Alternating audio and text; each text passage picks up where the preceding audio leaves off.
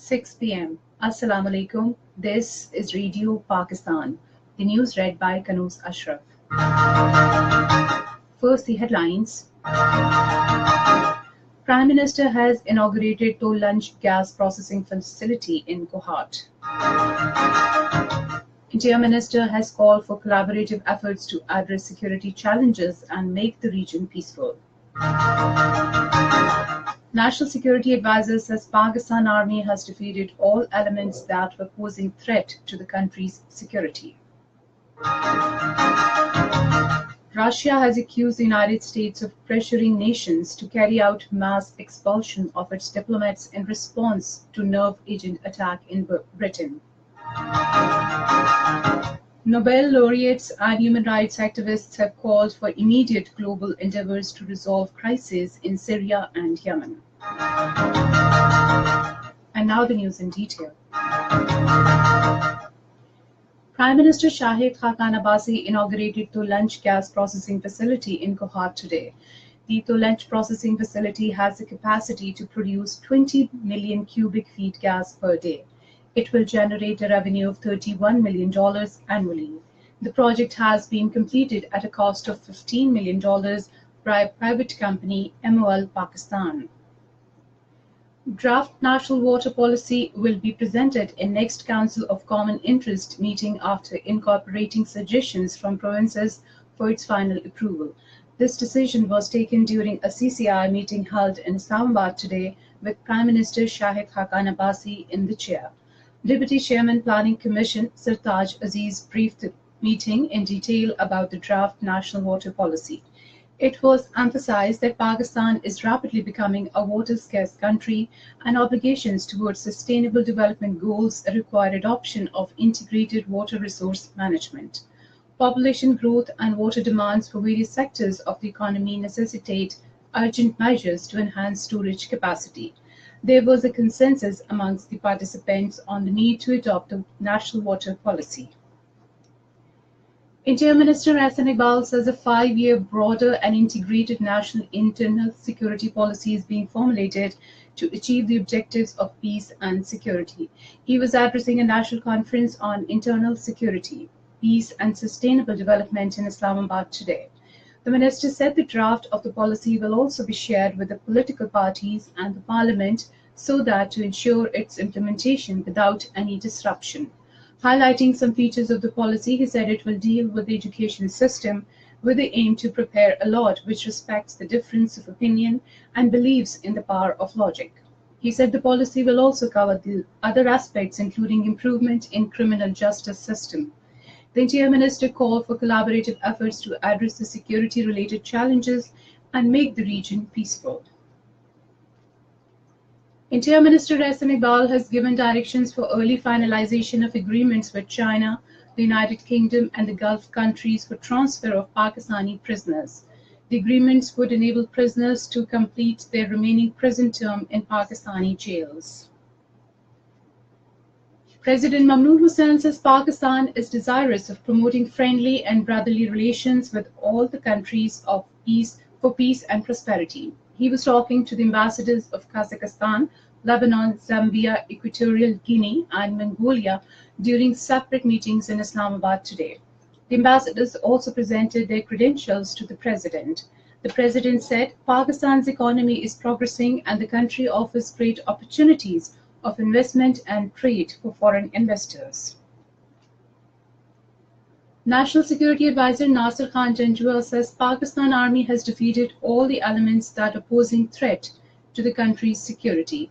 Addressing Gold Medal Awards 2018 ceremony in Islamabad today, he paid rich tributes to all those who laid down their lives while safeguarding their motherland from the enemies. The advisor said Pakistan will be the most prosperous country of the region in future. He said China-Pakistan Economic Corridor project is our half dream, and with the inclusion of peaceful Afghanistan and Central Asian states, the dream will be fully materialized.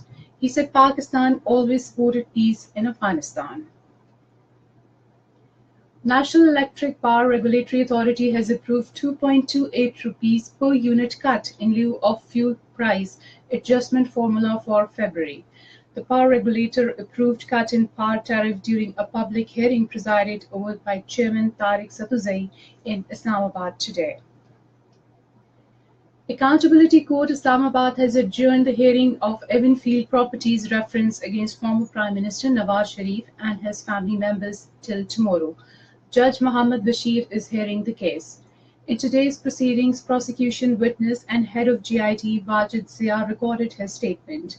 Meanwhile, the Accountability Court has also adjourned the hearing of supplementary reference against former Finance Minister Ishaq Dar till tomorrow.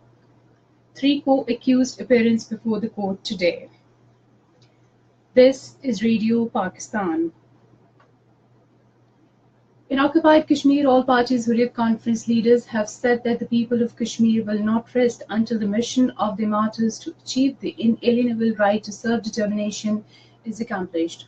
While addressing a seminar in Srinagar today, Chairman of Tehreek-e-Hurriyat Jammu and Kashmir, Mohammad Ashraf Sehri, pointed out that India is resorting to different tactics to create discord among the masses.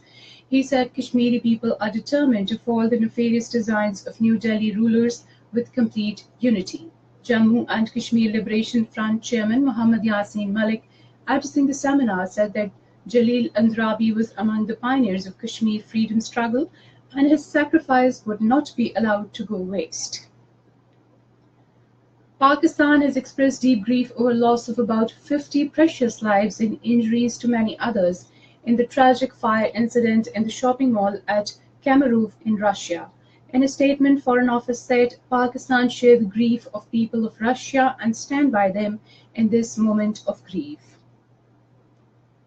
The United Nations has called upon Israel to immediately and completely cease all settlement activities in the occupied Palestinian territory, including East Jerusalem.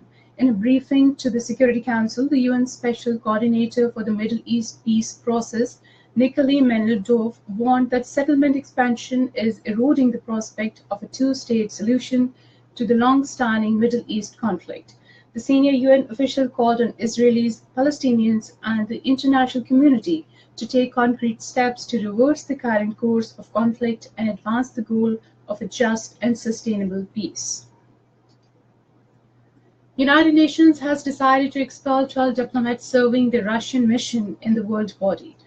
Deputy UN spokesman Farhan Haq told reporters at the daily press briefing that the United Nations informed the secretariats of its decision to take action under Section 13B of the UN-US Headquarters Agreement.